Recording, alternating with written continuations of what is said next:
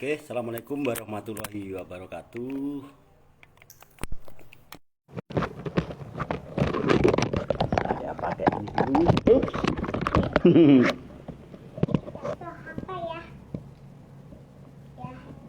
Ini left itu kiri, right itu kanan. Oke, assalamualaikum warahmatullahi wabarakatuh. Salam sejahtera untuk kita semuanya. Dan saya harap kondisi Anda tetap prima, tetap dahsyat, tetap jos, dan selalu optimis untuk menatap masa depan kita sendiri. Jadi saya ingat kata-kata yang sangat memotivasi ya. Kata-katanya itu begini. Cara mengatasi atau mengurangi jumlah kemiskinan, ya, cara mengurangi jumlah kemiskinan adalah dengan cara jangan miskin. Kenapa negara kita ini banyak orang miskin? Ya, betul kan? Banyak sekali di negara kita ini antara orang kaya sama orang miskin banyakkan mana? Banyak orang miskin. Kenapa sampai banyak orang miskin? Karena sistem pendidikan kita ya, yang jargonnya itu keliru, yaitu mencetak tenaga kerja siap pakai. Pertanyaannya adalah dipakai untuk apa? Bayarannya berapa? Negara mana yang pakai? Sehingga negara kita menghasilkan tenaga kerja. Padahal yang namanya orang kerja, cari kerja, itu setahu saya ya, orang cari kerja itu dapatnya pekerjaan, tidak dapat duit. Ya, yang namanya orang kerja, orang mencari pekerjaan, itu dapatnya pekerjaan. Orang bekerja itu mendapatkan pekerjaan, dan orang bekerja itu capek, tidak punya duit. Nah, karena pekerja berteman sama pekerja, ketika terima gaji dihitung-hitung kok kurang, makanya mereka saling memotivasi dan menghibur diri dengan gaya mereka, dengan bahasa mereka, yaitu sedikit nggak apa-apa, yang penting disyukuri. Banyak atau sedikit yang penting halal dan berkah. Seharusnya kan sebenarnya begini, sedikit nggak apa-apa, tapi nanti harus banyak. Sedikit disyukuri, apalagi kalau banyak. Sedikit saja berkah, apalagi kalau banyak.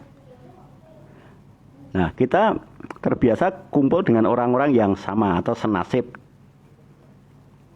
Pekerja berkumpul dengan pekerja, pelajar dengan pelajar, ibu-ibu dengan ibu-ibu. Lah, karena kumpulnya senasib terus, yang terjadi adalah saling menasehati, saling memotivasi, bahkan saling menghibur diri. Ujung-ujungnya bahwa nasib ini sudah digariskan oleh yang kuasa, padahal tidak. Ya, tidak. Tidak, kita ini terlalu mengurung diri. Contohnya kalau ikan laut ya, ikan laut itu kan bisa besar. Tapi ikan laut menjadi tidak besar gara-gara dimasukkan ke akuarium. Ikan laut itu seharusnya besar, tetapi menjadi tidak besar gara-gara dimasukkan di akuarium. Menjadi ikan hias.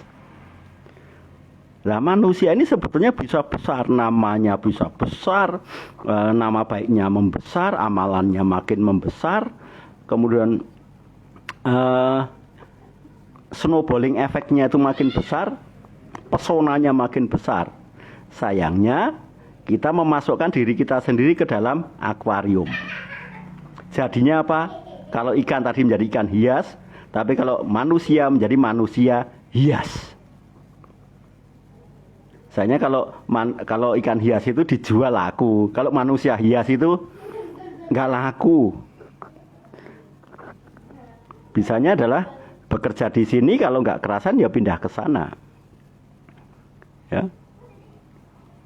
Di sana gajinya kurang ya pindah lagi.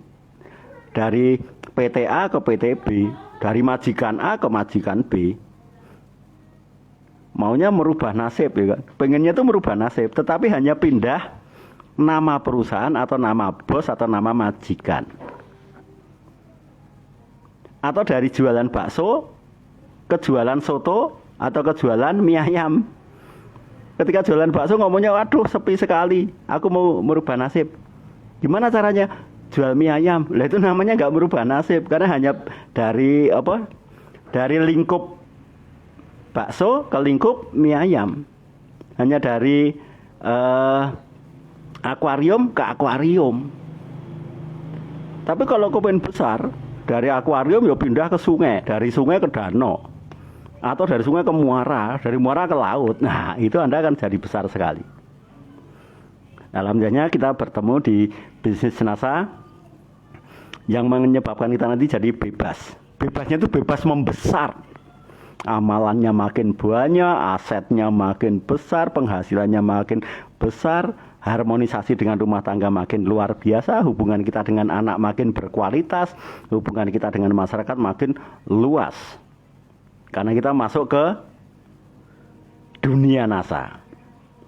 Nah, saya ketemu NASA di tahun 2005, di mana sebelumnya saya masuk ke akuarium. Dari jualan burung ke pengamen, dari pengamen ke guiding, dari guiding ke pengobatan alternatif. Nah, di pengobatan alternatif saya ketemu NASA. Alhamdulillahnya, begitu ketemu NASA, semua yang saya dulu geluti itu ingat semua. Ya, saya ingat semua. Saya pakai semua. Jurus-jurus ketika saya dulu di dunia yang saya geluti itu ketika di NASA ini terpakai semua. Tetapi saya mendapatkan lebih banyak daripada aktivitas saya yang dulu. Dulu saya jualan burung, berarti saya masuk ke dalam sangkar ya. Saya masuk ke dalam sangkar dagangan saya. Burung masuk ke sangkar, tapi saya dikelilingi oleh sangkar burung, sehingga saya tidak bebas. Ketika orang lain piknik, saya tunggu dagangan. Ketika orang lain umroh, saya tunggu dagangan, karena saya takut kalau saya tinggal burung saya pada mati. Kemudian saya terjun ke dunia gaet, memandu turis asing keliling keraton, keliling Jawa, keliling Bali, dimanapun selama mereka berlibur, tapi saya kerja. Seindah-indahnya Bali menjadi tidak indah kalau kerja. Seindah-indahnya Lombok tidak menjadi indah kalau saya kerja. Tapi sejelek-jeleknya Malioboro itu tetap indah kalau saya berwisata. Bahkan saya pernah ngomong, seindah-indahnya surga itu akan jauh lebih indah kalau kita jadi tamu. Tapi surga tidak akan indah kalau kita hanya menjadi pelayan di surga. Betul apa betul? Ayo. Nah, akhirnya begitu ketemu NASA, saya di mana-mana sebagai tamu. Saya diistimewakan sekali di PT NASA itu. Saya tidak sebagai penjual produk NASA, saya tidak menjual produk itu tidak suatu keharusan, melayani pelanggan itu tidak keharusan, melayani donen itu pun bukan keharusan. Tapi saya melayani pelanggan karena kebutuhan, iseng saja, merekrut orang juga iseng saja, membina jaringan juga iseng saja. Nah, karena iseng dan hobi, ini hasilnya luar biasa. Ya, karena iseng dan hobi, akhirnya luar biasa. Jadi kalau kalau ada yang mengatakan Upland harus membina downline, kalau saya malah tidak setuju. Sponsori dia, Anda sudah bebas. Ya, sponsori dia, Anda sudah bebas. Anda tidak perlu berpikir keras untuk mensejahterakan dia, mensukseskan dia. Tidak, itu bukan tanggung jawab dia. Bukan tanggung jawab Anda. Toh join NASA hanya sama-sama 200.000. Masa sudah join NASA kok masih ngerepoti tanya ongkos kirim? Masa sudah join NASA kok masih tanya daftar harga? Masa sudah join NASA kok masih tanya cara meyakinkan orang lain. Nah, dari situ saya berpikir, upline saya tidak harus membantu saya, upline saya tidak harus membina saya.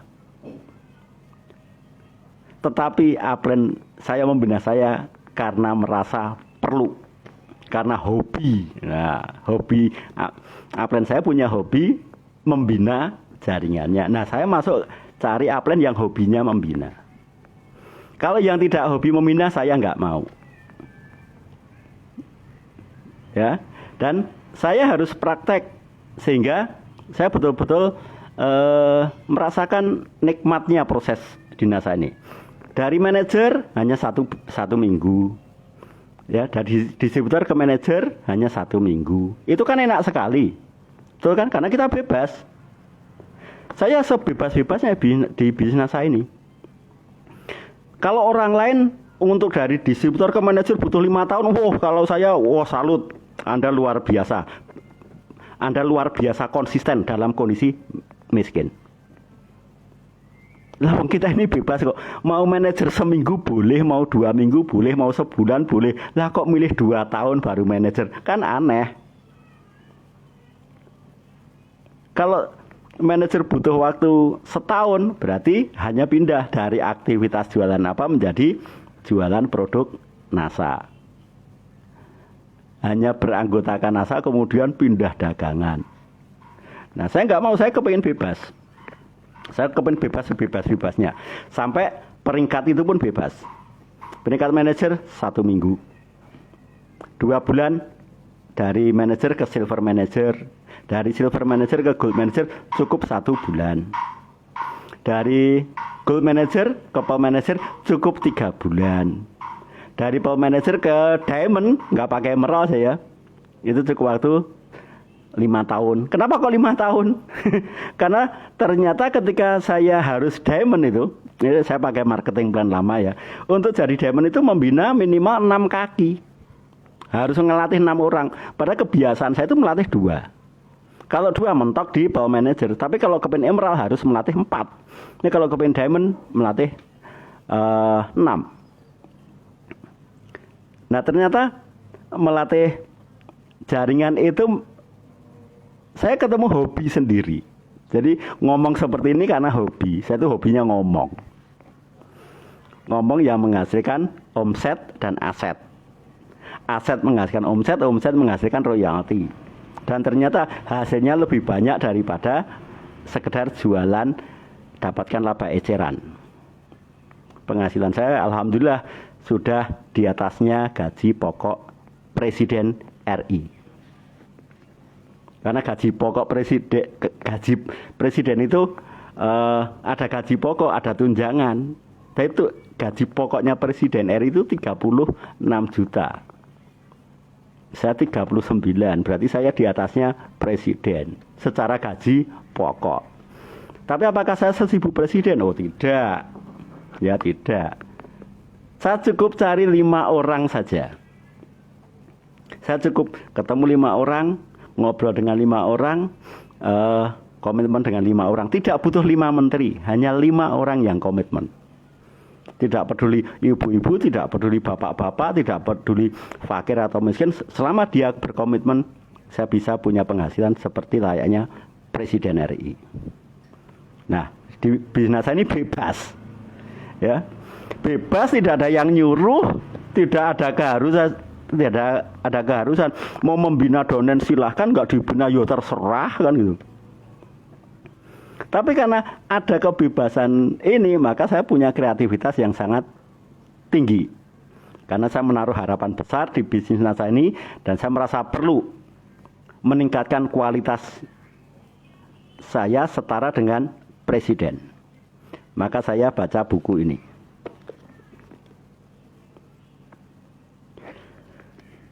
How to win friends and influence people. Bagaimana cara memenangkan, ya, bagaimana cara menang,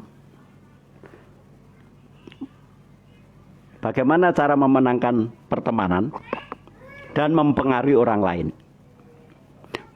Sebenarnya kalau bahasa Indonesia paling tepatnya adalah bagaimana cara mencari kawan dan mempengaruhi orang lain.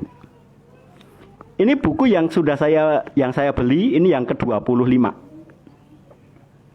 Ini buku yang saya beli yang ke-25. Saya tidak mau beli buku hanya satu.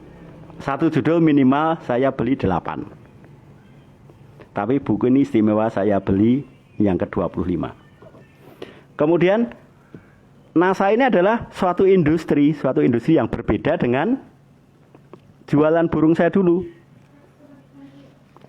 Karena saya dulu miskin sekali. Miskin waktu, bukan miskin uang. Saya miskin waktu, saya miskin piknik, saya miskin banyak sekali. Tapi kalau uang saya bisa cari, mudah bagi saya. Makanya saya butuh satu ilmu lagi, yaitu apa? Financial revolution. Saya harus memiliki mental yang revolusioner tentang keuangan, mental keuangan. Financial revolution. Bahkan teknik jualan pun harus direvolusi. Tidak hanya itu doang. Teknik ngomong di depan umum pun tidak harus itu doang. Harus ada variasi. Kemudian saya baca buku yang paling saya suka, yaitu Life Revolution. Orang miskin menjadi makin miskin, tapi ada orang kaya makin kaya. Yang miskin bablas miskin, yang kaya makin kaya. Itu kaitannya sama kecerdasan finansial dan keyakinan pada diri sendiri. Jadi di sini ada buku dibahas tentang merevolusi hidup kita. Kenapa kok banyak orang miskin? Karena mereka memelihara ketakutannya. Ketakutannya yang berlebihan, ya kan? Ada mobil lewat aja ngomong itu mobil mahal. Padahal belum pernah nanya harganya, belum pernah ke dealernya, tapi sudah menjas bahwa mobil itu mahal. Kata-kata mahal ternyata doa untuk tidak sanggup beli. Ngeri nggak itu? Kata-kata mahal adalah doa paling cempleng untuk gagal beli, karena sudah membatasi rezeki yang nanti akan masuk. Baik Bapak sekalian, materi pada malam hari ini temanya adalah bagaimana menjadi pribadi yang luar biasa, menjadi menantu idaman mertua, bisa menjadi suami yang perkasa untuk istrinya, bisa menjadi ayah atau ibu dambaan anak-anak, dan menjadi wanita yang paling seksi di hadapan suami. Untuk itu, supaya kita semangat, tepuk tangan untuk Anda semuanya sendiri. Nah, baik Bapak Ibu, kita tentunya sudah berumah tangga semua ya. Ada yang bujangan tapi nanti akan menikah kan? Baik, saya akan mengajukan satu pertanyaan dulu kepada ibu-ibu semuanya. Dengan tolong nanti dijawab di kolom komentar ya. Jadi jangan nyimak. Kalau di kelas yang lain Anda boleh nyimak, tapi kalau di kelas saya nggak boleh nyimak. Kenapa? Karena nyimak adalah cara terburuk untuk belajar. Ya di grup saya ini khusus Anda harus praktek. Kalau nggak mau praktek, nggak mau komentar, saya tendang keluar. Satu-satunya upline paling brutal.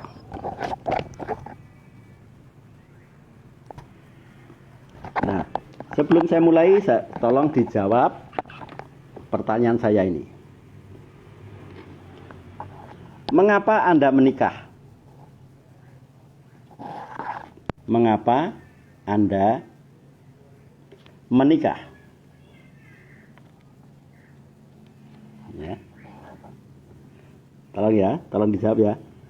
Pertanyaan pertama adalah mengapa Anda menikah? Yang kedua, tolong dijawab di kolom komentar. Mengapa Anda punya anak?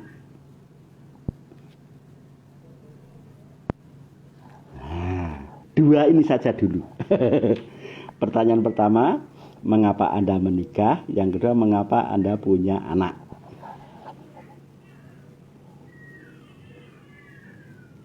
Kenapa? Karena ketika menikah Anda punya suami kan? Suami atau istri. Artinya ini Anda berasal dari keluarga. Anda kenal suami atau istri, ini pasangan Anda. Pasangan Anda juga berasal dari keluarga. Anda dengan pasangan Anda ketemu menjadi keluarga Anda sendiri, yaitu menghasilkan anak. Berarti Anda dari keluarga berapa? 1, 2, 3. Nah, dari satu keluarga menjadi 3 keluarga. Banyuwangi hadir Pak, ini enggak di Mas Wahyudi tolong komentarnya jangan yang hudar hadir. Enggak di ini. Tidak di di absen. Tapi Anda harus komentar.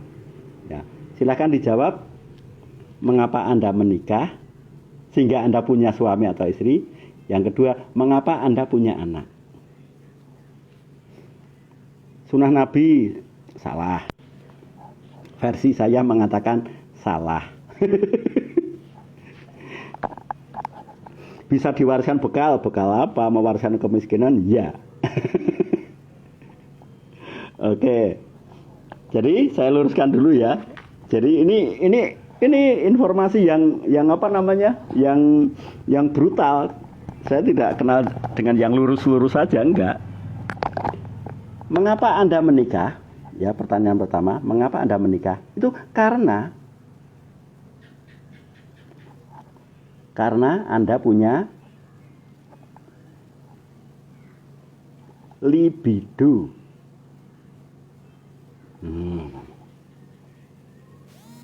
Mengapa Anda menikah ya? Pertanyaan pertama, karena Anda punya libido.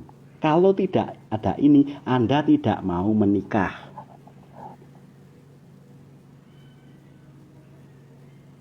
Bukan, Pak. Anda punya nafsu.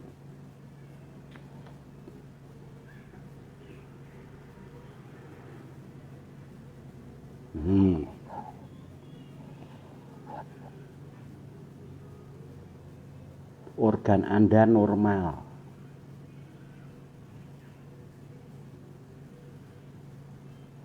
Karena begini, kalau Anda ada cacat di organ Anda nggak jadi nikah kok.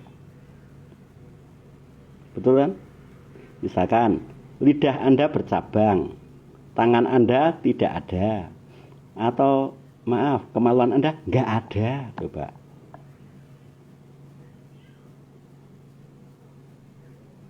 Kira-kira kalau ini nggak ada, Anda jadi nikah nggak? Bagaimana dengan jawaban Pak Saifuddin tadi bahwa nikah itu karena sunnah Nabi, ayo, sunnah Rasul.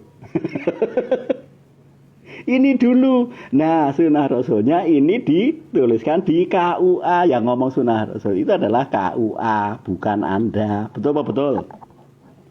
Betul kan? Yang mensahkan ini semuanya kan KUA nih. Yang membuat Anda halal itu kan ini. Tapi sebelumnya kan ini dulu. Sebelumnya ini dulu. Ini itu nomor 2. Nomor 2 atau nomor 3. Dan yang ketiga, yang kedua, kenapa Anda punya anak? Ya. Karena suami atau istri itu saling mengagumi.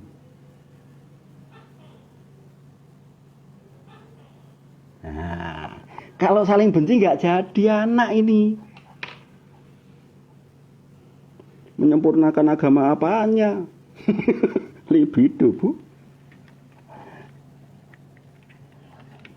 Oke.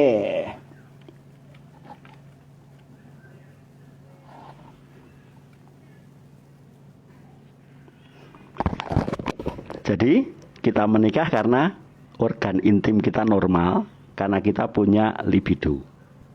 Bukan karena menyempurnakan agama, tidak. Yang menyempurnakan itu KUA. Nyatanya kenapa? Nyatanya kalau maaf loh ya, ini Anda itu nggak berfungsi, Anda nggak ada yang nikahi kok. Payudara tidak berfungsi, Anda tidak ada yang nikahi. ini organ intim itu nggak berfungsi, Anda nggak jadi nikah. Betul apa betul? Anda punya anak karena Anda dengan pasangan Anda itu saling mengagumi. Pa, punyamu begini, ma, punyamu begini. Ayo diadu. Artinya Anda punya anak. Kan begitu kan? Nyatanya yang nggak punya anak pada bingung kok. Yang nggak punya anak, waduh gimana caranya saya punya anak. Nah, ketika kita sudah menikah, ya, ketika kita sudah menikah, kita menjadi keluarga sendiri. Saya dan istri saya punya keluarga sendiri. Saya berasal dari keluarga saya. Istri berasal dari keluarga istri. Dari 2 keluarga, kemudian menjadi 3 keluarga. Nah, kenapa kok Anda menikahi istri Anda, atau Anda dinikahi atau menikahi suami Anda? Itu tadi sudah saya jelaskan ya. Nah sekarang bagaimana caranya agar hubungan suami istri ini makin intim? Ya, hubungan suami istri ini makin intim. Maka karena saya dan istri itu menikah, kemudian diserahkan oleh KUA, akhirnya saya punya buku nikah. Saya akhirnya punya buku nikah. Nah pertanyaan saya, dulu Anda sebelum nikah itu kan pacaran ya kan? Pacarannya berapa lama? Kalau saya sendiri berjanji ketika menembak istri saya, halo gadis cantik, maukah menikah denganku? Ya, maukah kamu menikah dengan diriku? Maukah kamu pacaran dengan diriku? Aku pacari cukup 4 bulan. Aku pacari engkau 4 bulan. Bulan ke-5 aku lamar. Bulan ke-7 kita menikah.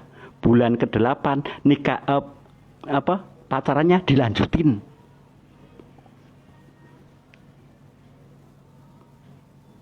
Coba sekarang pertanyaan yang kedua. Tadi kan pertanyaan pertama kan, sekarang pertanyaan yang kedua. Ini nanti kaitannya sama ilmu kaya ini, ya, ilmu kaya. Karena selama ini kita ternyata salah mempersepsikan tentang keluarga. Bagi Anda, anak adalah beban. Oh tidak. Apalagi Anda mengatakan istri matre.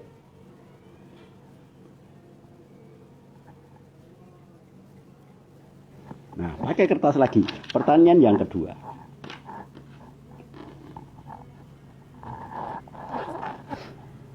Apa tugas suami?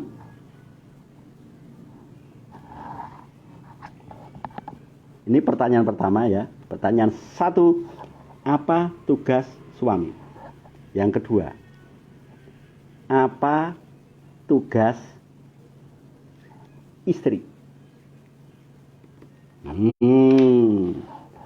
Kalau sampai ini salah, maka nasib Anda pun ambyar.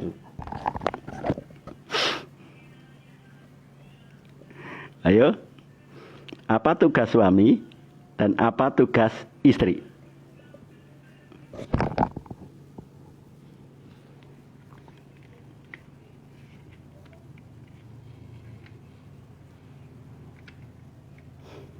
Tugas suami membahagiakan istri. Memangnya bojomu ratau tidak bisa bahagia sendiri? Pak Hendri, halo. Tugas suami membahagiakan istri. Emangnya bojomu ratau bahagia? Emangnya istrimu ketika pacaran itu dari keluarga yang tidak bahagia? Buset. Kita menjadi dewasa itu karena kita bahagia, kan gitu. Saya bisa menjadi seperti ini karena minggu lalu saya bahagia. Minggu lalu saya seperti itu karena 1 bulan sebelumnya saya bahagia. Ayo, siapa yang bisa menjawab? Pertanyaan pertama, apa tugas suami? Ini yang menjawab, suami boleh, istri juga boleh. Pertanyaan kedua, apa tugas istri? Tugas suami mencari nafkah. Berarti ini Mbak Nur istiqomah memaknai kalau suami itu sapi perah. Ya ngapain pacaran? Kalau hanya disuruh cari kerja, suruh cari nafkah, ya ngapain nikah? Mengayomi istri, emangnya istri butuh apa? Tugas suami ada mau nggak membimbing, emangnya istrimu kurang apa Pak Saifuddin? Tugas suami membimbing, emangnya istrimu bodoh? Mengawasi, emangnya istrimu anak kecil? Membina istri, istrimu sudah dibina orang tuanya. Tugas suami ngasih uang ke istri, itu bukan. Oke, saya luruskan ya. Ini saya luruskan ini biar Anda keluar dari zona kebodohan yang diajarkan oleh orang-orang lingkup Anda. Tugas suami adalah menggauli istri. Tugas suami menggauli istri. Tugas suami menemani istri. Kan ketika nikah kan bersanding, bener kan? Tugas suami itu berada di samping istri. Ketika pacaran masih ingat kan? Kalau Anda nggak ketemu pusingnya kayak apa? Betul kan? Tugas suami itu mendampingi istri. Istri belanja ya dampingi dong. Ketika tidur dampingi dong. Ketika ngomong anak dampingi. Ketika berkendara ya di samping Anda, maka suami harus beli mobil. Orang yang sudah menikah harus beli mobil supaya apa? Di samping, bukan di belakang. Ini malah namanya membelakangi. Betul apa betul?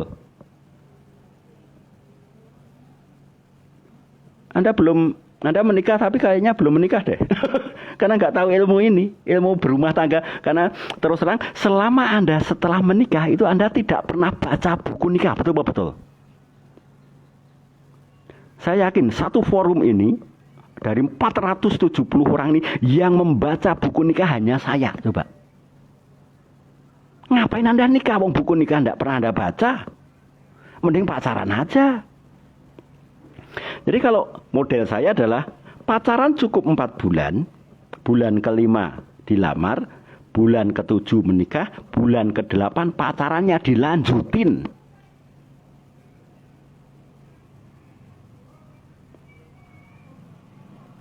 Bulan ke-8 sampai sekarang saya sama istri masih pacaran. Coba kalau Anda menikah kemudian janji ketika pacaran apa sih? Aku harus hidup bersamamu, benar kan? Aku akan setia, aku akan membahagiakanmu. Begitu nikah, ada buku nikah, benar kan? Oleh naib didoakan, semoga sakinah mawaddah warohmah. Betul apa betul? Nah sekarang kalau setelah menikah kok suami kerja, itu sakinah enggak? Enggak. Warohmah enggak? Enggak. Mawaddah enggak? Enggak. Kenapa? Ditinggal pergi sih? Kecantikan istri dinikmati orang lain karena suaminya minggat pergi cari duit, cari kerja. Padahal istri itu paling cantik itu jam 8 pagi sampai jam 11. Keseksian seorang wanita itu jam 8 pagi sampai jam 11. Ternyata keseksian Anda yang mengakui orang lain karena suami pergi. Coba. Lah ngapain nikah? Mending gak usah nikah. Wah, habis nikah malah pisah. Nah, keren kan? Sehingga tugas suami yang kedua adalah mengagumi istri. Suami harus mengagumi istri. Pipimu yang dulu kempot sekarang sudah tembem, alhamdulillah. Misalkan istri bertanya, Pak, apakah aku itu gemuk? Oh tidak istriku, kamu tidak gemuk, kamu hanya lebih berisi 20 kilo. Tugas suami membuat istri senang, bahagia, apapun bentuknya. Pak, perutku sekarang jembling ya? Enggak, perutmu tidak jembling. Karena yang aku butuhkan bukan perutmu. Yang aku butuhkan adalah yang lain, bukan perut. Perut itu nggak penting. Perut itu kan hanya di antara dua organ yang luar biasa toh. perut jembling karena habis melahirkan itu kan seksi. Nah, tugas suami adalah memberikan penghargaan kepada istri apapun bentuknya. Nah, tugas istri ngapain? Tugas istri adalah menyerahkan diri. Tugas istri masak. Wong ada warung kok Anda masak? Kurang ajar toh itu. Wong ada warung kok masak. Nyuci Pak, wong ada laundry kok Anda yang nyuci, kan aneh. Tugas istri ngomong anak itu berdua. Suami istri ditemani anak. Jadi saya pacaran dengan istri saya ditemani anak, loh kan keren. Coba, kalau suami itu kerja, ya kerja, pulang kerja capek tidak? Capek. Padahal kalau orang capek itu bawaannya emosi. Kemana istri? Begitu suami pulang kerja, sudah badannya capek, lihat istrinya sedang ngobrol yang gak penting. Makanya suami protes. Duit yang ini kemana? Habis. Duit yang ini, gajiku kemarin kemana? Habis. Kamu matre amat sih. Matre hanya diucapkan oleh suami bokek, suami kere. Ya. Cowok kere mengatakan wanita itu matre. Kenapa? Karena nggak ada yang mau diberikan, nggak ada. Ya, jadi tugas suami itu menemani istri dimanapun temani. Kalau perlu, saya tuh istri itu mandi aja saya temani kok. Saya temani, hanya saja dia risih. Kamu di luar, kan gitu. Saya pengennya itu menemani dia. Karena ketika pacaran itu saya maunya ngapelnya itu tiap hari. Nah, begitu sudah nikah, sudah resmi, ya kan? Ya pacarannya lanjutin lebih hot lagi. Ada anak, ya makin asik itu. Tadi yang nginep di hotel sendiri, sekarang nginep hotel berdua, kemudian nginep di hotel perlu 2 kamar, kan seru sekali. Seru sekali. Nah, kalau kita sudah membaca buku nikah, Anda baca, suami membaca buku nikah, panduan nikahnya, istri membaca buku nikahnya, itu tidak bisa miskin. Nggak bisa miskin. Anda sudah nggak mungkin kerja. Ya, selama ini yang baca buku nikah siapa? Nggak ada toh. Begitu nikah, wah asal ditumpuk. Dikiranya sudah final, padahal belum. Oh, buku panduannya aja ada kok. Orang-orang yang mempraktekkan buku nikah itu nggak bisa miskin, itu kayak semua, passive income semua itu. Apalagi seperti tadi komentarnya Pak siapa tadi yang sunnah Rasul, ya, sunnah Rasul. Sunnah Rasul yang ditiru bukan nikahnya saja, tapi cara menghasilkan dan cara kayanya yang ditiru. Cara Rasul membahagiakan istrinya itu yang ditiru. Rasul itu kalau mandi pakai bathtub, berendam, bukan pakai gayung gebyar-gebyur, itu bukan. Gebyar-gebyur itu kan Anda. Rasul itu sesekali waktu mandi bersama pakai bathtub, berendam. Istimewa itu hanya hotel bintang 4 dan 5 itu. Hotel kaca nggak ada. Istri suami itu harus memberikan pakaian paling mahal, bukan paling baik, tapi yang paling mahal. Makanya kalau saya setiap kali saya masuk ke mall atau ke toko,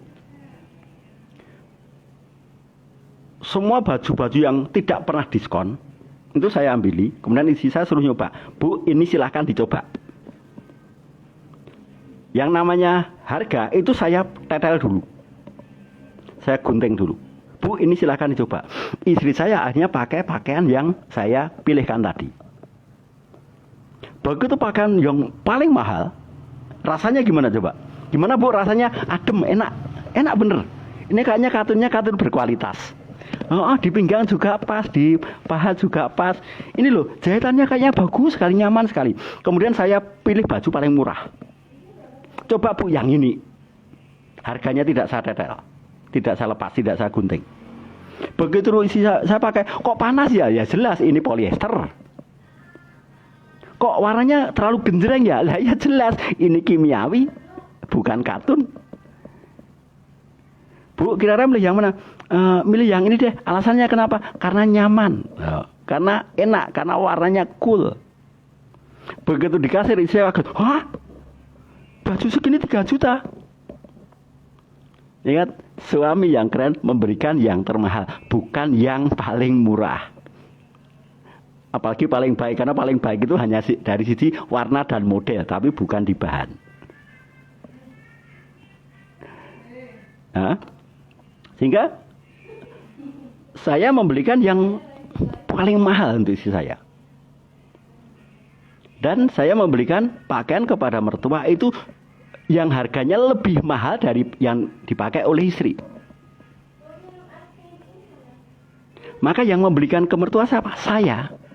Saya membelikan pakaian untuk mertua saya, bukan istri. Karena kalau istri yang membelikan biasanya dicariin yang paling murah. Tega bener kan? Untuk orang tua sendiri dicarikan yang obralan atau diskonan. Yang penting murah banyak loh, Pak. Enggak apa-apa, ini 100.000 tapi dapat 2. Kalau saya mending beli 400 tapi dapat 1. Mending beli 1 juta dapat 1 daripada 500.000 dapat 4. Karena begini, pakaian murah menghasilkan kita hanya nyaman untuk tidak beraktivitas, tidak bergerak, hanya nyaman untuk dipakai nyapu, hanya dipakai untuk nyuci-nyuci, hanya dipakai untuk tiduran ataupun nonton TV. Tapi baju yang paling mahal itu sayang kalau digunakan untuk nonton TV. Pasti digunakan untuk presentasi dan presentasi. Nah, ketika nikah ya, Anda semuanya nikahnya terlalu lucu, terlalu umum dan wagu. Ketika saya menikah dengan istri, mas kawinnya seperangkat alat presentasi. Mas kawinnya seperangkat alat presentasi dan uang 100.000 untuk kulaan produk NASA. Lah naibnya nanya, mas kawinnya mas, ini pak, apa ini? Ini paket informasi. Loh, untuk apa? Supaya saya sama istri saya kemana-mana presentasi berdua. Saya sama istri presentasi berdua. Nah, kalau Anda itu kan nikahnya, mas kawinnya seperangkat alat sholat, makanya disuruh sholat terus. Lupa presentasi. Betul. Bahkan karena itu Anda kemudian ketika suami harus jadi imam. Ya imam, tapi imam yang kaya gitu loh. Bukan asal sholatnya di depan, bukan. Tapi Anda harus jadi imam yang berduit gitu loh. Bukan imam yang asal ngimami, bukan. Anda harus jadi pemimpin hebat. Pemimpin hebat itu harus kaya. Nggak bisa pemimpin kok miskin, itu nggak boleh. Apa ada ketua pengemis? Nggak ada. Ini kalau ketua asosiasi pedagang intan, nah itu ada. Ketua pengusaha perhotelan, itu ada ketuanya. Ketua pengemis enggak ada. Ketua asosiasi buruh itu enggak butuh. Nah, kemudian tugas istri, apa tugas istri? Tugas istri adalah menyerahkan dirinya kepada sang suami. Kapanpun dia harus ada. Jadi untuk ibu-ibu ini ya, waktu untuk anak hanya pagi sampai anak tertidur. Setelah anak tertidur 100% untuk suami. Jangan sampai ketika malam anak sudah tidur, malah istri tidur dengan anak. Itu kasihan suamimu, karena suamimu sedang mau menyanjungmu, mengagumimu. Dari atas, bawah, samping kanan, samping kiri, itu sedang mengagumi.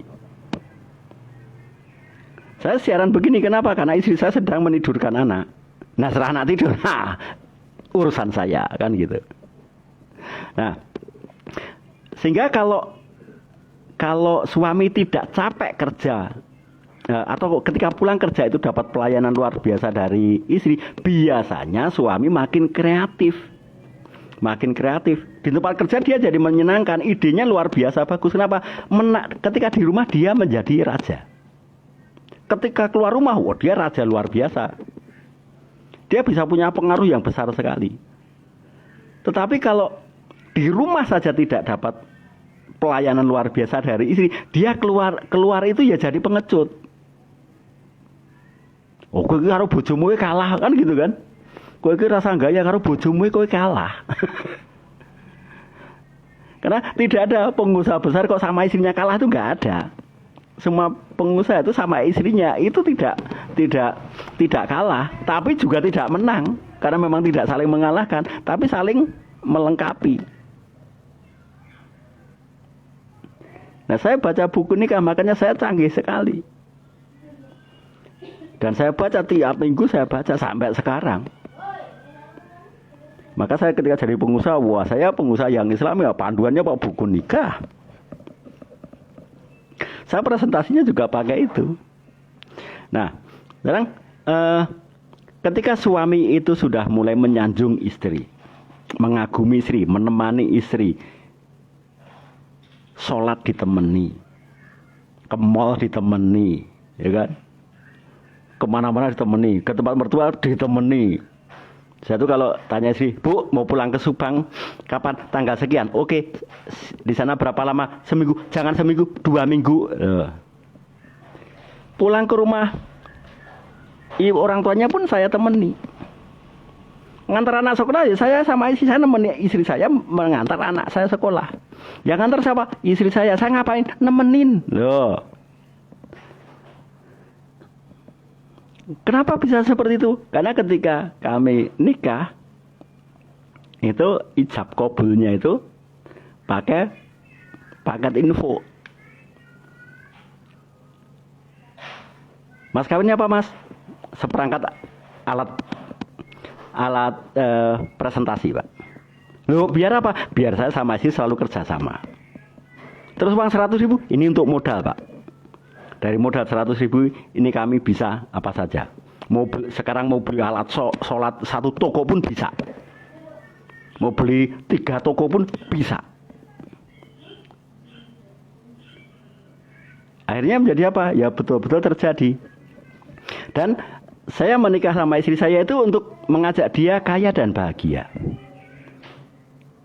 Kan banyak kan cowok-cowok mengatakan, aku cari istri yang mau aku ajak hidup sengsara.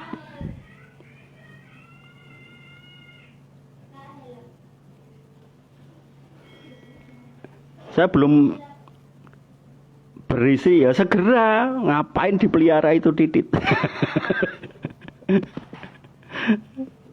Ya, saya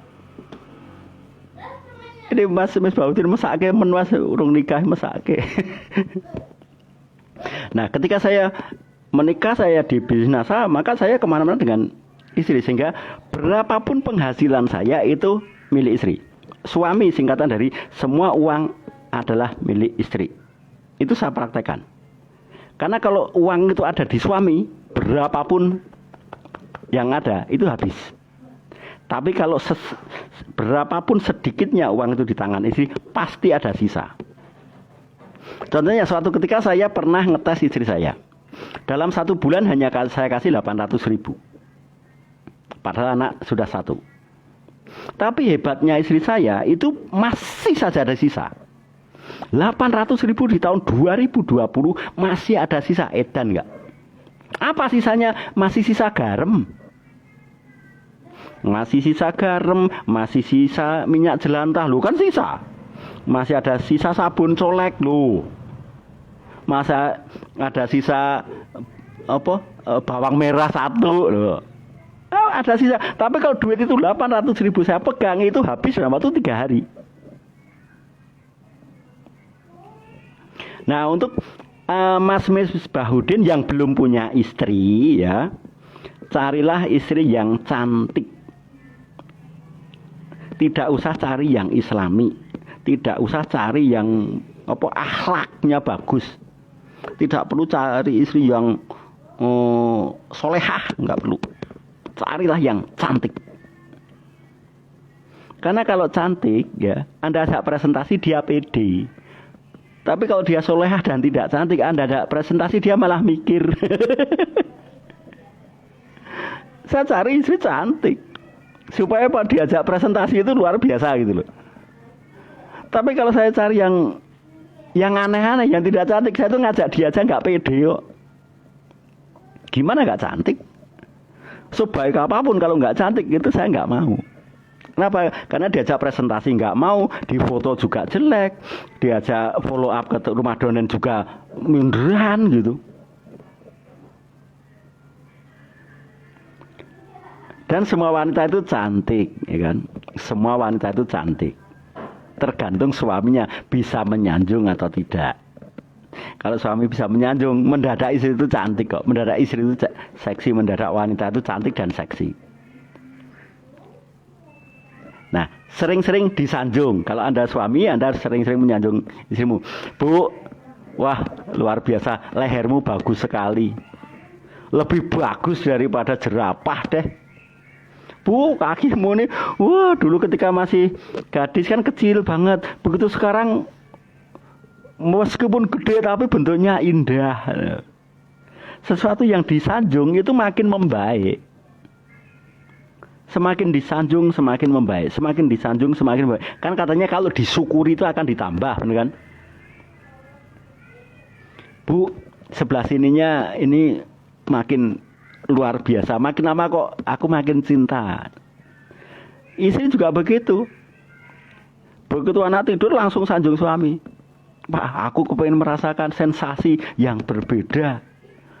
Pak, besok ke sana. Pak, besok begini. Pak, besok gaya ini.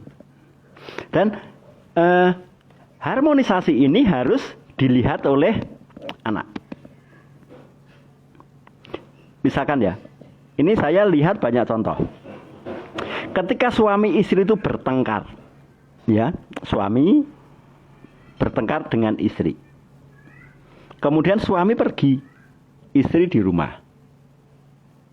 Kemudian kejengkelan si istri itu butuh pelampiasan. Celakanya yang dikasih pelampiasan anak. Akhirnya anak, dia ngomong ke anaknya, jangan tiru bapakmu. Bapakmu itu pria tidak bertanggung jawab. Bapakmu itu orangnya pembohong. Akhirnya apa yang terjadi pada si anak? Kalau anak Anda itu cewek, maka dia akan benci semua pria. Semua pria itu brengsek seperti bapak.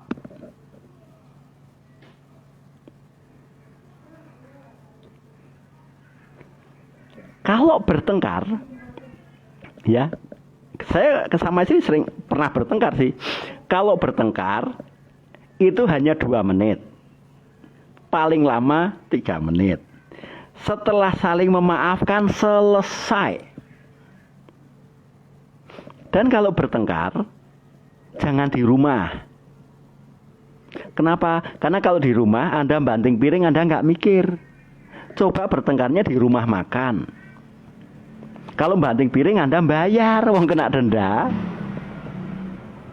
Kalau mau bertengkar, janjian sama istri, Bu, Ma, Pak, ayo kita bertengkar. Di mana? Hotel bintang 5.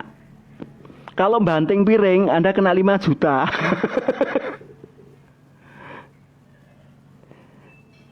Betul. Tapi kalau bertengkar kalau di rumah, ya itu pot hancur, sepeda juga hancur, baju aja dirobek-robek. Nah, saya bertengkar sama istri ketika nggak ada anak. Begitu ada anak, mendadak berhenti. Dan kalau istri saya jengkel pada saya, dia tidak boleh ngomong kepada siapapun, tidak boleh pinjam telinga apapun, setan pun nggak boleh dengar. Apalagi wadul ke mertua, itu sama sekali nggak boleh. Begitu dia marah dengan saya, dia harus wudhu. Wudhu kemudian sholat sunnah. Saya pun kalau marah iya, Ketika saya marah, saya jangan sampai anak saya tahu kalau saya marah.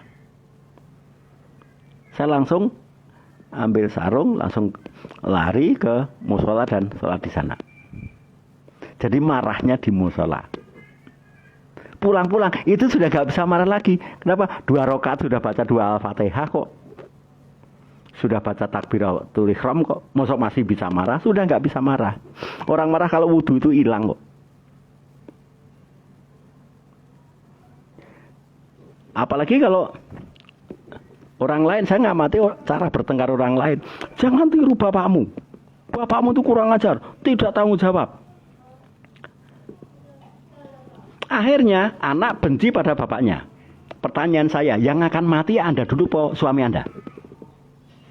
Ya, pertanyaan saya, yang mau mati nanti itu suami dulu atau istri dulu?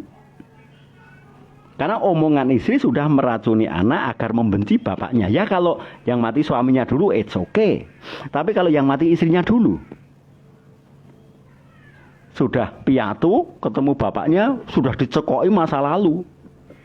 Tidak tahu jawab, kurang ajar. Wow. Akhirnya anak gak ada pengasuhnya kan. Tapi kalau saya sama istri, semarah-marah saya, sebertengkar-bertengkarnya kami, di depan anak, istriku nyanjung suami di depan anak. Sim, pengen tahu nggak kehebatan ayahmu? Wah, kalau presentasi keren. Kalau baca buku itu bikin kepingkel-pingkel. Loh, emangnya ayah kalau baca buku gimana? Ayahmu tuh kalau baca buku tuh keras. Keras sekali dan lucu. Ketika ibu baca bukunya, kayaknya nggak ada yang lucu sih. Wong hanya marketing revolution, hanya life revolution, apa lucunya? Tapi kalau ayahmu yang baca, lucu. Jadi meskipun dia marah dengan suami, dia menyanjung suami di depan anak. Akhirnya anak pengen tahu kayak apa sih ayahku tuh kalau ngomong kayak apa, kalau baca buku kayak apa sih. Akhirnya saya baca buku dan anak saya terpinggal-pinggal. Ketika saya marah dengan istri saya ngomong ke anak, saya sanjung ibunya. Untung ayah ini nikah sama ibumu. Kenapa Pak? Karena kalau nikah yang pada orang lain, ayah nggak mungkin diamond. Apa? Yang lainnya itu nyuruh ayah cari uang terus, nggak nyuruh ayah presentasi. Karena orang lain selalu mengatakan tugas suami apa? Cari nafkah. Lah berarti ayah suruh kerja terus meninggalkan kamu dan meninggalkan ibumu. Cantiknya ibumu saya tinggal tempat kerja, lucunya kamu tak tinggal tempat kerja. Sehingga ayah kehilangan waktu melihat perkembanganmu dan melihat perkembangan ibumu.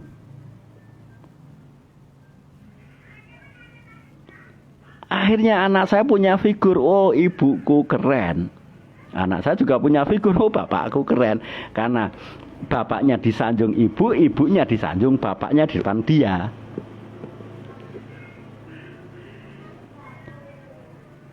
Nah, sehingga yang terjadi adalah kami betul-betul mempraktekkan isi buku itu. Sehingga isi buku itu match sekali, cocok sekali dengan nasihat yang diberikan dan doa yang diberikan ketika kami nikah, yaitu sakinah mawaddah warohmah. Sakinah itu runtung-runtung. Ada suami, ada istri, mimin dan mintuno. Loh. Dia mimin, aku mintuno. Loh. Dia surat saprangkonya. Loh. Kemana-mana berdua. Karena itu sakinah. Kemudian mawaddah, saling respect, saling menghormati. Ketika saya keliru, istri saya tidak kamu keliru, salah itu. Enggak begitu. Ayah, kayaknya setauku yang tepat ini loh. Tapi itu bagus sih. Tapi kayaknya ini tepat. Tepatnya begini. Karena bukunya ini. Dan Isya menunjukkan buku, bukan asal ngomong. Sehingga aku mengatakan, oh iya ya. Karena begini, sejelek-jeleknya orang salah itu nggak mau dituduh. Kan itu. Sekelirunya orang keliru itu nggak mau ditunjuk kalau dia keliru. Maunya iya, kamu sudah bagus sekali sudah melakukan. Ya, kamu yang kamu lakukan udah bagus. Sayangnya ngomongnya kalau pakai ini makin jos, tapi kalau pakai itu kurang tepat. Tapi melakukannya sudah bagus. Loh. Nah, terus sekarang kebiasaan ibu-ibu nih. Ibu-ibu punya anak. Anak ibu kepingin mainan. Kira-kira kalau anak Anda ngomong, "Bu, mainan ya." Ibu-ibu serentak ngomong, "Jangan." Betul Pak, betul. Ketika ibu nganter anaknya jalan-jalan dan anak melihat toko mainan, anak Anda ngomong, "Bu, mainan ya." Ibu-ibu ngomong apa? Dengan spontan ibu akan mengatakan, "Jangan." Tapi beda kalau nanyanya ke saya atau istri saya, beda. "Bu, mainan ya?" "Ya." "Bu, toko mainan ya?" "Ya." Yang penting anak itu diiyakan dulu, jangan dieyeli dulu. Kebiasaan kita adalah anak ngomong apapun dieyeli dulu, akhirnya anak itu minder. Anak itu apa-apa merasa tidak boleh, akhirnya minder dan kuper. Seperti apa? Ya seperti Anda semua. Anda ini kan kuper, minder, suruh bermimpi nggak berani. Kenapa? Karena sejak kecil sudah ditolak.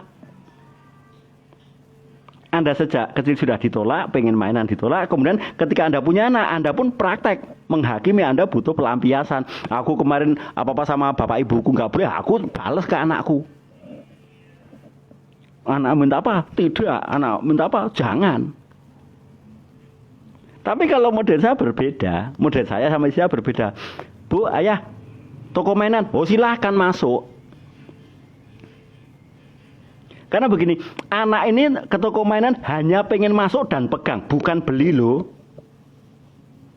Tapi ibu-ibu sudah memiliki kebiasaan takut duitnya berkurang. Betul Pak? Betul. Karena uang dari suami sedikit. Betul Pak? Betul. Tapi kalau model saya nggak begitu. Anak itu semakin dilarang semakin maju. Tapi begitu diiyakan dia berhenti sendiri kok. "Ayah, mau mainan itu?" "Iya, ayo." "Ayah juga kepengen masuk itu." Begitu sampai ke toko mainan, "Ayo nak, kita cari mainan yang paling bagus." Pertanyaannya, ada nggak mainan paling bagus? Tidak ada. Begitu anak saya memilih mainan 1, 2, 3, kok tidak ketemu yang paling bagus. Akhirnya dia capek. Ketika dia capek, dia mengatakan, "Keluar yuk." Apa? Nggak ada yang bagus. Anak tidak tertolak, istri saya tidak kehilangan uang atau berkurang uangnya. Saya pun juga tidak perlu nyentai-nyentai pada anak saya untuk memaksa tidak masuk ke situ. Tapi kalau begitu ada toko mainan lagi, saya yang punya ide, "Nah, ayo masuk ke situ." Malah bapak nih yang ngejak. "Ayo nak, nggak mau." "Ayolah," sampai dia benar-benar nggak mau. Karena di dalam sana hanya saya ajak memilih mana mainan yang paling bagus, kemudian kalau udah ketemu dibeli. Begitu dia mengatakan, "Ayah, ini paling bagus," kayaknya itu lebih bagus deh. Minat anak beli itu kalau dilarang, tapi kalau diiyakan minat beli anak tidak ada.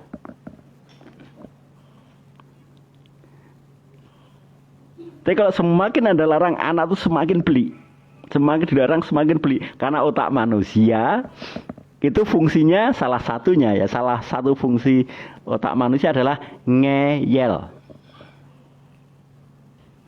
Apapun omongan ibu aku harus kontra loh.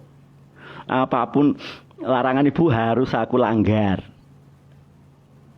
Nah, karena apapun yang diomongkan ibu akan dilanggar, maka iyakan saja, dia nanti akan melanggar. "Ayo nak, masuk ke toko mainan." Enggak mau, aku bosen." Jadi kalau jangan masuk, malah dia masuk. Jangan beli, malah dia beli. Buktinya apa? Semakin Anda larang, dia makin nangis kok. Akhirnya Anda terpaksa membelikan. Ingat, Anda keluar uang, anak Anda sudah terlanjur stres. Dia acting nangis kejar-kejar supaya mempermalukan ibunya.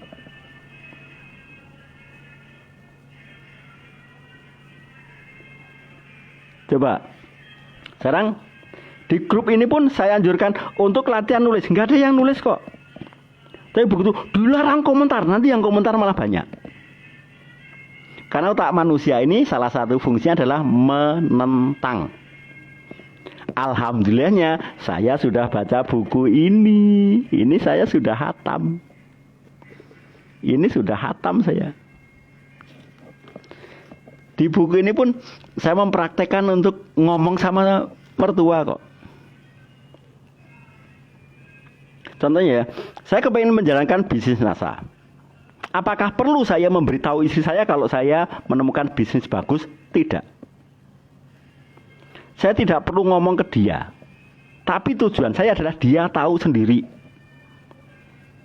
Setiap saya pulang dari home sharing, ya, setiap saya pulang dari home sharing atau setelah acara itu selesai, saya langsung SMS istri saya. Bu, mau dibawakan apa? Tadi di home sharing diceritakan, istri itu paling seneng kalau jam segini dibelikan makanan. Kalau tiap bulan kepengen baju warna pink. Lah, ibu pengen apa? Ingat kata-katanya adalah di home sharing. Tadi ada trainernya mengatakan kalau harus memberikan hadiah pada istri. Aslinya istriku bangun tidur, habis ngeloni anak, bangun tidur itu mengharapkan nasi goreng suaminya. Dia berharap sekali. Wah, ternyata betul, pulang-pulang bawa nasi goreng. Sambil dia makan, ya, ketika dia makan, saya ceritakan semua yang saya tangkap, hal-hal positif apa di home sharing tadi. Saya hanya cerita, Bu, tadi di home sharing tadi ada Pak Ardi cerita tentang begini. Salah satunya ini. Sehingga istri saya kepengen ketemu Pak Ardi. Pak Ardi. Kayak apa sih Pak Ardi? Kok kamu setiap kali ke sana pasti pulangnya selalu cerita hal yang seru-seru deh. Oke deh, besok kalau ke sana lagi ibu tak ajak. Akhirnya ketika Pak Ardi ngadakan home sharing lagi, saya ngajak istri. Begitu saya ngajak istri, saya suruh duduk, kemudian saya keluar. Saya tidak jejeri istri, enggak. Kekeliruan kita ketika kita mendampingi downline, ya, kesalahan kita loh ya. Itu kita malah jejer dengan downline. Di sini downline, Anda jejeri. Itu benar, salah. Di sini ada suami Anda, ini ada Anda. Ketemu upline, Anda jejer, itu salah. Di sini ada istri Anda, ini ada Anda. Ketemu di pelatihan, kemudian Anda jejer sama suami, itu salah. Anda jejer sama istri, itu salah. Ketika istri saya ajak ketemu upline, saya dudukan, kemudian saya pergi. Ngomongnya numpang ke kamar kecil. Ketika Pak Adi sedang presentasi, saya sengaja ngumpet. Biar saya tidak tertarik membisikin istri saya. Karena kalau saya sampai membisikkan, maksudnya Pak Adi itu begini loh, maksudnya Pak Adi itu begini, yang itu maksudnya ini. Nanti istri saya tuh, emangnya aku goblok? Emangnya kupingku tidak berfungsi? Aku tuh di sini kepengen belajar, bukan kamu yang ngajari. Sehingga ketika Pak Ardi selesai menyampaikan sebuah materi, saya baru nongol. Kemudian saya antar pulang. Ketika di perjalanan pulang, saya tidak ngomongkan NASA sama sekali, ngomongkan materi, tidak. Sampai dia ngomong sendiri tuh. Bukan kok, gimana tadi? Menurut kamu Pak Ardi gimana? Menurut kamu bisnis satu gimana? Wong anak kita pulang sekolah aja nggak kita cecar kok. Tadi diajari apa? Gurumu cantik nggak? Orangnya begini nggak? Enggak toh. Nah, ketika sampai di rumah saya biarkan istri saya seperti normal-normal saja. Sampai kemudian dia cerita sendiri. Aku jadi ingat 3 hari yang lalu. Ingat apa Bu? Di Pak Ardi itu loh, wah ada materi yang ada kata-kata yang wah saya cocok sekali. Yang mana sih? Akhirnya istri saya cerita. Ketika istri saya cerita, tugas saya mengganggu-anggu. Kamu malah dapat itu ya? Aku malah nggak dapet apa-apa tuh. Wah, beruntung Bu kamu. Padahal temanya berubah terus loh. Siapa tahu yang besok berubah lagi. Akhirnya istri saya tertarik untuk ikut seminar lagi, ikut pelatihan lagi.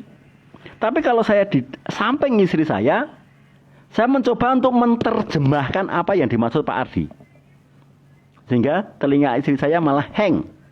Otak istri saya malah hang. Besok diajak ke seminar lagi, diajak pelatihan lagi, sudah kapok. Kamu aja deh yang berangkat. Toh sampai sana kamu yang bisikin, bukan Pak Ardi yang ngomong. Sehingga ngertinya istri saya, ngertinya informasi itu langsung dari sumbernya, yaitu Pak Ardi. Tugas saya hanya, loh kamu malah dapat itu toh. Tugas saya menyanjung dia. Tugas saya adalah menyambut omongan dia bahwa ya apa yang dia tangkap itu jos banget versi dia. Karena untuk menjelaskan kepada orang lain tidak perlu pakai mulut sendiri, pakai pinjam orang lain, kan gitu. Sehingga istri saya mengerti naskah versi dia dan itu benar. Bukan versi saya yang saya paksakan. Nah, ketika saya dapat uang, saya menerapkan yang namanya manajemen anti bangkrut. Yang pertama saya sebutkan adalah, Bu, ini 20% untuk ibumu. Akhirnya istri saya ngomong, kok untuk ibuku sih? Emangnya keluargamu nggak butuh? Oke deh, bagi 2. Berarti idenya seolah-olah dari dia. Ya. Terus, Bu, yang ini besok untuk, yang pertama saya sebutkan adalah untuk mertua, untuk orang tua dia. Saya harus menghargai dia, memprioritaskan dia. Bu, ini yang 20% untuk jaga-jaga ibumu. Yang 20% untuk stok barang, karena kita nanti akan jadi stokis. Yang kedua untuk pendidikan, Bu. Karena kita nanti akan ikut seminar bersama-sama. Yang 20% untuk penampilan kita, Bu. Masa ibu nanti mau jadi motivator, blazernya jelek. Masa bajunya itu terus. Masa sendalnya pakai sandal lili, nggak pakai kickers. Masa ibu nggak mau pakai pantofel yang seperti ini. Masa ibu jam tangannya tidak mau yang fosil, maunya yang murahan-murahan itu. Masa celananya mereknya itu, masa celananya nggak seharga sekian. Hanya istri saya jadi tahu, oh untuk pakaian bisnis ini ada alokasi dana sebesar 20%. Jadi 20% untuk orang tua, 20% untuk stok produk, 21% untuk pendidikan, 20% untuk penampilan. Berdua lagi. Yang 20% baru dihabisin. Ini apa yang terjadi? Saya stokis. Tapi pendidikan dinasa kan ada kurun waktunya. Kok toh jumlah seminarnya hanya segitu ya kan?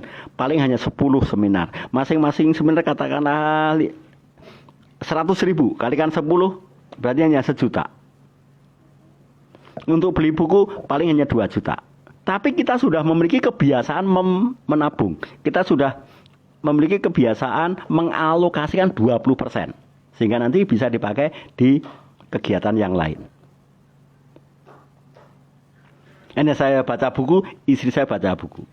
Ketika istri saya baca buku, nanti malam saya tanya, tadi baca buku yang apa? Yang ini. Yang kamu tangkap apa nih? Begitu dia bilang, waduh, kamu dapatnya itu. Aku malah dapatnya 10%-nya. Artinya aku punya istri yang sangat cerdas ini. Bisa mencerna itu. Selama ini, yang namanya ide bisnis atau ide apapun seolah-olah didominasi oleh suami. Istri tidak boleh ngomong apa-apa, kecuali memberikan laporan seperti pertanyaan atau interogasinya si suami. Contohnya begini, gimana anak-anak? Sudah mandi? Sudah Pak. Gimana anak? Sudah pada makan? Sudah Pak. Jaga diri ya, baik-baik ya. Hati-hati ya. Seperti itu kan. Masa istri hanya disuruh, tanpa pernah disanjung, tanpa pernah dihargai, tanpa pernah didengerin. Stres kan? Nah, makanya banyak kaum ibu yang kemudian badannya memekar, merasa makannya sedikit tapi badannya membesar. Itu gara-gara apa? Stres.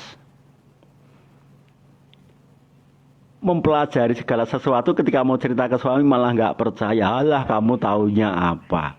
Karena begini Bapak Ibu sekalian, apalagi ibu-ibu ya, ketika kita menjalankan bisnis nasa ini jangan sampai kita kepengin mengadu nasib. Contohnya, aku tunjukkan kalau aku bisa menghasilkan lebih banyak daripada gajimu. Ingat, nanti suami itu akan berdoa yang jelek. Gagal. Bahkan ketika ada tamu mau beli produk, halo, assalamualaikum, waalaikumsalam. Mau beli apa? Mau beli produk NASA. Kayaknya produknya habis deh. Itu supaya bahwa istriku jangan sampai punya uang lebih banyak daripada aku. Kalau ada home sharing, jangan sampai home sharingnya ada di rumah ini sehingga bisnis nasanya nggak perlu berkembang, supaya istriku tidak perlu mengalahkan aku. Tetapi yang dilakukan adalah ketika istri menjalankan bisnis nasa, tidak perlu presentasi ke suami, tidak perlu. Tidak perlu meyakinkan, tidak perlu. Tidak perlu ngotot. Kenapa kok tidak perlu ngotot? Karena suami juga tahu. Dulu pada waktu pacaran aja kamu tak tipu terus, artinya kamu tuh bodoh. Lah kok sekarang mau minterin aku, itu nggak mungkin, kan gitu. Ketika pacaran aja kamu sering tak kibulin. Lah kok ini mau mengibulin aku? Nggak mungkin. Betul apa betul? Ketika Anda dulu pacaran dengan suami Anda itu, Anda sering dikibulin kan? Makanya jangan coba-coba untuk unggul di depan dia. Untuk mengalahkan suami itu gampang sekali. Jangan pakai mulut sendiri, tapi pakai forum. Caranya apa? Diajak keluar dari rumah, diajak keluar dari tempat dia kerja, dipisahkan dia dengan teman-temannya. Diajak hijrah, diajak keluar. Begitu diajak keluar, dia tidak bisa mengatakan tidak lagi. Dia pasti ya.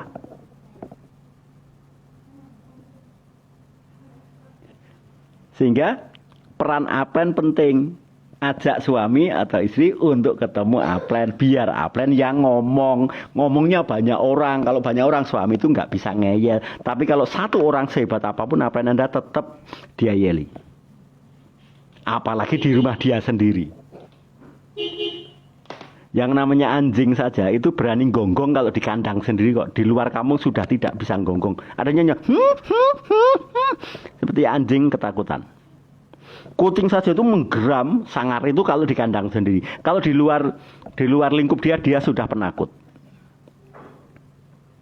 Singa saja itu beraninya kalau di lingkup sendiri. Kalau di luar dia sudah, kalau di lingkup diri sendiri dia pemangsa, tapi kalau keluar dia sudah dimangsa. Demikian juga dengan orang. Sesombong-sombongnya orang itu kalau keluar dari lingkup dia sendiri, dia nggak bisa sombong. Sesangar-sangarnya polisi itu sangar kalau di kantor dia. Kalau di kota lain dia sudah tidak berdaya. Karena dia sudah menjadi orang awam atau preman. Tentara itu sangar ketika bertugas. Kalau nggak sedang bertugas, ya tukang ronda. Tapi kalau pengusaha itu di mana-mana dia pengusahanya kelihatan. Saya itu di rumah ya saya seorang diamond, di luar rumah saya ya diamond, saya keliling Indonesia ini ya tetap diamond. Kenapa? Karena saya orang bebas, saya nggak dibatasi oleh lingkup kecil saya. Saya sudah terbiasa terbang bebas karena istri saya juga mendampingi saya.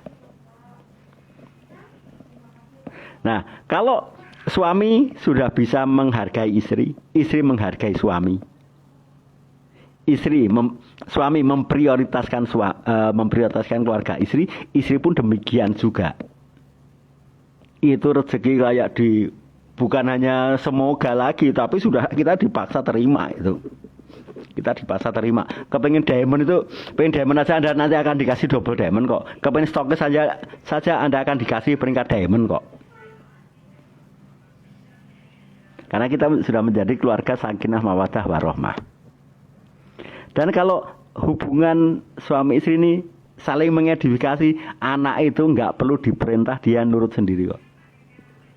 Anda nggak perlu nyendiri, kalian sholat, enggak. Anda nggak nyuruh anak itu sholat sendiri kok. Anak itu nggak disuruh belajar, nanti belajar sendiri kok. Anak saya itu tidak diajari SIM-SIM nggak kita ajari bikin laporan. Nyatanya dia bikin sendiri kok, dan bener lagi.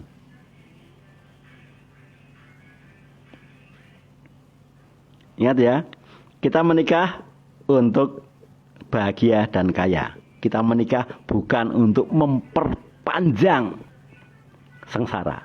Kita menikah untuk mewah, bukan menikah untuk susah. Kita menikah untuk mewah dan megah, bukan menikah untuk tambah susah dan bertahan di hidup susah. Merubah nasib itu sangat mudah, seperti mengedipkan mata. Hanya orang-orang yang betah miskin aja yang tidak mau berubah dan tidak mau dirubah. Terima kasih atas waktunya.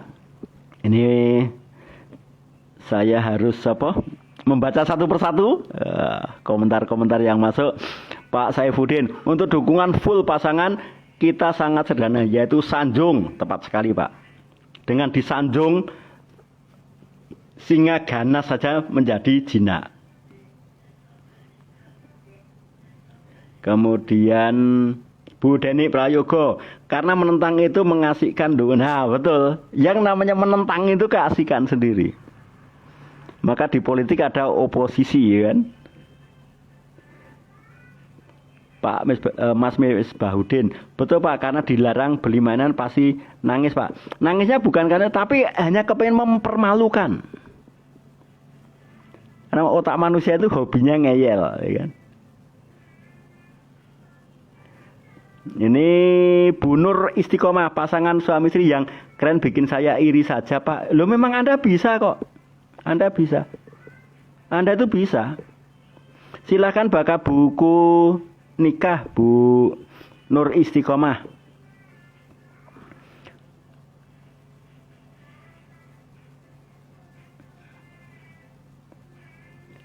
Nah contoh ketika saya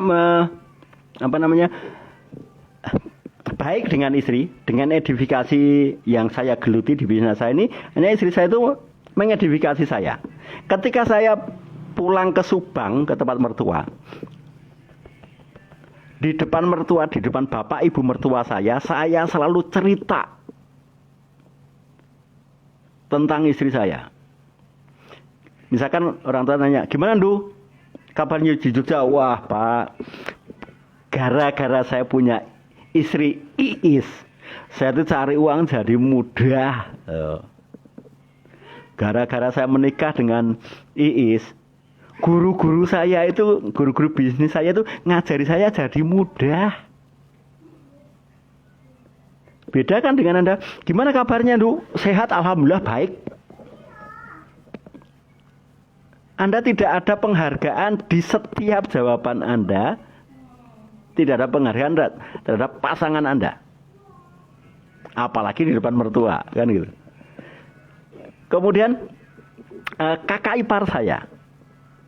Gimana Ndu kabarnya? Alhamdulillah, berkat saya nikah sama adikmu, aku tuh mempelajari apa yang sulit bagi orang lain sulit, bagi saya itu mudah. Cari uang juga mudah tuh.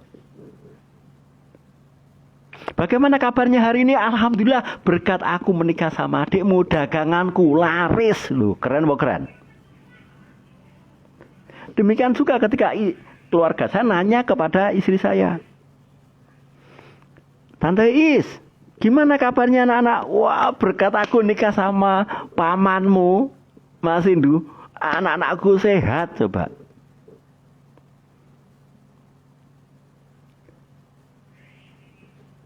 Beda kan dengan orang lain? Gimana kabarnya suamimu? Brengsek tuh, minggat terus, cari uang nggak bisa, pelit. Malah Anda mengadu orang lain dengan suami Anda, memberitahu orang lain bahwa Anda tidak suka pada suami Anda. Dan kalau diceritakan itu akan menjadi-jadi. Yang jelek makin jelek makin busuk. Tapi apapun adanya, kalau kita sanjung, suatu saat orangnya itu ketemu, suatu saat ya, orang itu ketemu dengan istri saya. Is. Kemarin aku nanya Sindu nih. Is, Ndu, gimana kabarnya? Istri rumah bilangnya begini, alhamdulillah berkat aku nikah sama adikmu, aku cari uang jadi mudah. Itu bisnis apa sih Sindu itu? Coba kalau selama ini Anda ditanya, gimana kabar istrimu? Brengsek kalau masak kasinan. Malah kita memberitahu kejelekan pasangan kita sendiri kepada orang lain. Padahal Anda dulu ketika mencarinya luar biasa. Nah, alhamdulillahnya ya teman-teman, berkat binasa ini saya bisa pacaran dengan istri saya. Pacaran setelah menikah. Bukan hanya semoga bahagia, memang kami itu bahagia, bukan semoga lagi. Kami sudah biasa bahagia. Kenapa bahagia? Karena kami itu nikah. Ketika nikah itu tujuan kami adalah menikah bahagia dan kaya. Bukan semoga bahagia, tapi kami menikah itu untuk bahagia dan kaya. Nah, yang saya jelaskan kali ini adalah bagaimana caranya agar kita mendapatkan, bisa memancing asumsi orang lain terhadap kita. Orang lain berasumsi terhadap istri saya memancing orang lain biar mereka berasumsi. Karena semua asumsi adalah doa paling manjur. Jangan sampai asumsi mereka tentang kejelekan. Jangan sampai mereka berasumsi kalau kita tidak bahagia. Tapi buatlah orang lain menjadi berasumsi kalau kita terlihat bahagia dan kaya. Dan itu akan terjadi beneran. Cari uang itu mudah. Cari ilmu itu mudah. Ya kan? Surga itu dihadiahkan. Nggak perlu dicari, surga itu diberikan kok, dihadiahkan. Kita sudah hidup di dunia, artinya Allah sudah memberikan seluruh dunia ini. Ngapain kita harus minta lagi?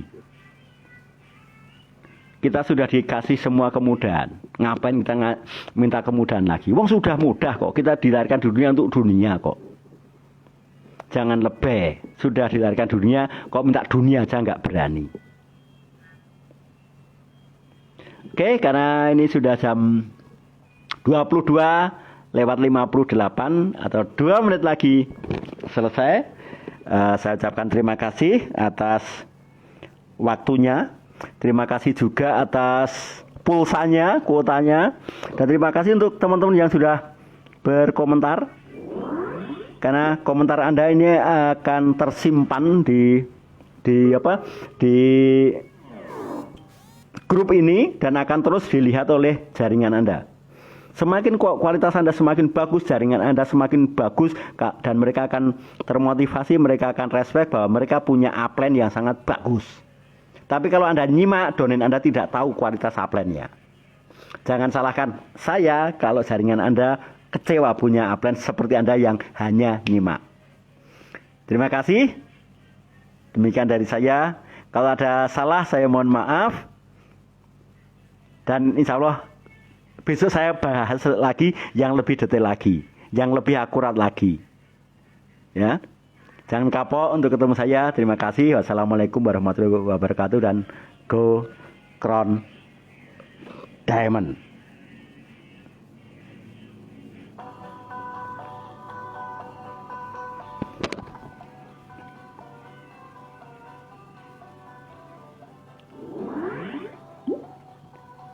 Terima kasih. Dan bagi yang sulit tidur, silahkan ngobrol